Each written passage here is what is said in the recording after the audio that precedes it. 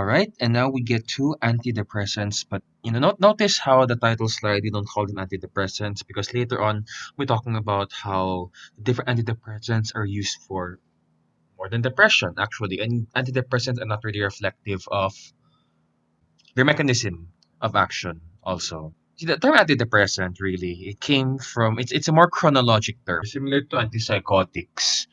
Antipsychotics are antipsychotics because they were first discovered for schizophrenia, but now we know they can also be used for bipolar mania, bipolar depression as add-ons to unipolar major depressive disorder, and other indications as well. So, in the same way, antidepressants were first discovered for depression, but now we know they can be used even for conditions like neuropathic pain, for diabetic neuropathy, things like that, physical conditions. So it's a very big misnomer when we talk about antidepressants. Oh, just for depression, right? We do talk about monoamines a lot.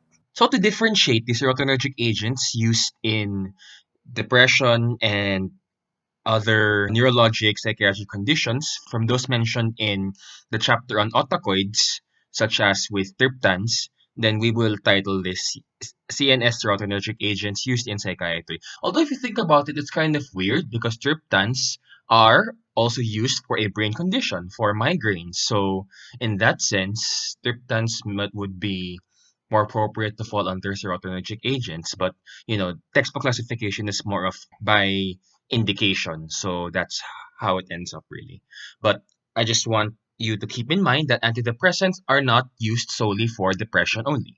And not all antidepressants are serotonin based. It's a bit more broad, at least, right? Although know that these agents have uses in physical conditions also.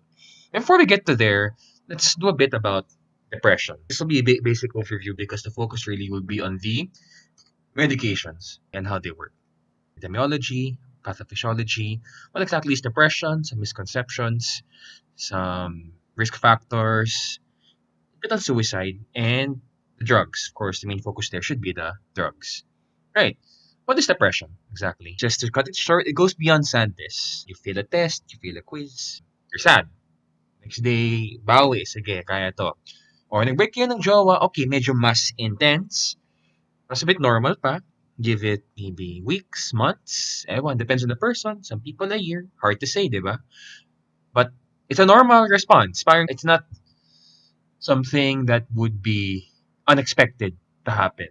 Kumbaga, depending, of course. We have gray areas. But ito, depression is persistent and usually kasama siya not just the sadness, minsan kawalan ng mood. It can also come with the loss of interest in activities. And it also comes with dysfunction in your daily activities, your relationships, even. And matagal to. At worst, it can lead to suicide. That's the problem. Matagal, and there's the suicide risk. And let me just emphasize, magkaiba ito from usual mood fluctuations which we discussed. An example, like you failed the quiz, normal things that can induce sadness. Your favorite ice cream was discontinued, things like that. Those are expected. You're going to be sad. Or your favorite show was cancelled. Grieving, make an additional disclaimer there for grieving because grieving is it's cultural. There are cultural aspects to it. There are social aspects to it. Some people will grieve in their own way, and it is not up to any one of us to dictate how a person will grieve. So it really depends. It's hard to put ay dapat 6 months ka lang mag-grieve. No, walang ganun. So these are challenges in terms of diagnostics really. Pero in general, kapag if it's normal and expected, it's not something we should be pathologizing. Really. As compared to depression, it's a bit more serious than that. Because it is the leading cause of disability worldwide. Sabi daw, dapat 2020 pa dati maging leading cause. Ngayon, now, it's the leading cause of disability worldwide and it's a problem. Over 300 million cases and locally, wala tayong data masyado but we do know it's up there in the burden of disease locally. So, if worldwide leading cause, dito sixth leading cause, ka-table yan ng mga cardiovascular, cancer, etc. So 6, si depression. And estimated mga out of 104.7 million, you have mga estimated lang to, we don't have exact numbers kasi. So the statistics, mga 3.3 million, hard to say. And the problem is only 1 out of 3 are gonna seek help. So, let's take a pause and just a reminder to be more person-centered in how we talk about things. Although eventually we look at the literature and we look at the qualitative research and we see that dictating language is not actually very helpful. In fact, it can be harmful. So the important thing na lang dito is, if you're not sure, remember that a person is a person first before their diagnosis. So, instead of maybe saying depressed or bipolar, maybe just refer to the person as a person first before diagnosis. Kasi they're more than that. People may call themselves value. That's how they identify. At least for them, it's not stigmatizing. You can use their preference. According to a local research by an English major for people with autism in the Philippines, context, the way you say it and the word choice is more important.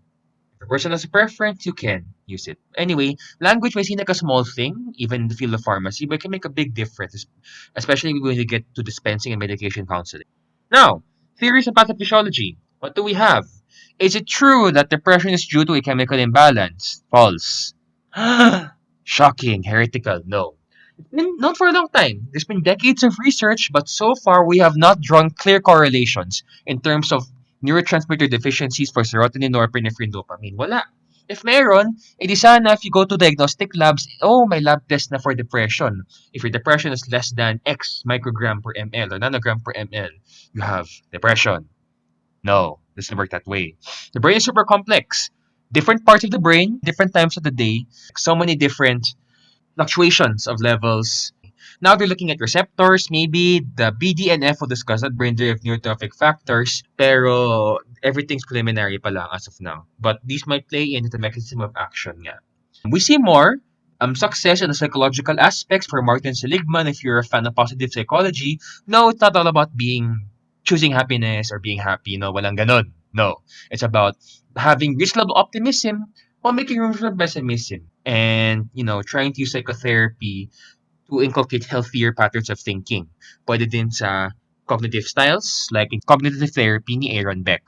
Yun, that's evidence-based psychotherapy actually, and we're seeing benefits there.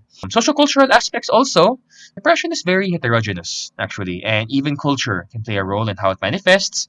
Gender, the social support, very underrated but very important factor. Stress, we'll discuss stress here. HPA axis actually implicated.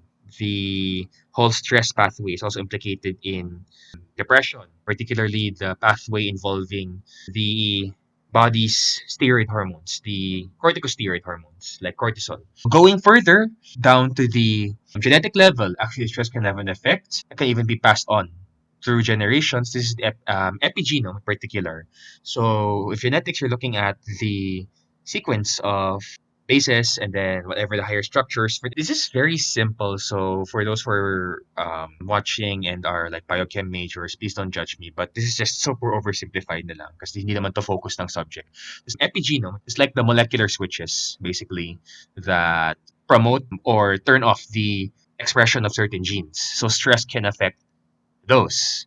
We've even seen that serotonin can react. Then I think it was recently researching serotoninylation. Anyway, everything's very in vitro pa lang. But the point is, we're seeing effects down to the epigenetic level. Oh yeah, we're gonna talk about genetics. So first, depression caused by genes? No. It's misconception that faulty gene X equals depression. No, that's not how it works. That is how it works for Down syndrome. That is how it works for Huntington's, but those are very rare. It's very rare that we have Mendelian genetics in terms of diseases.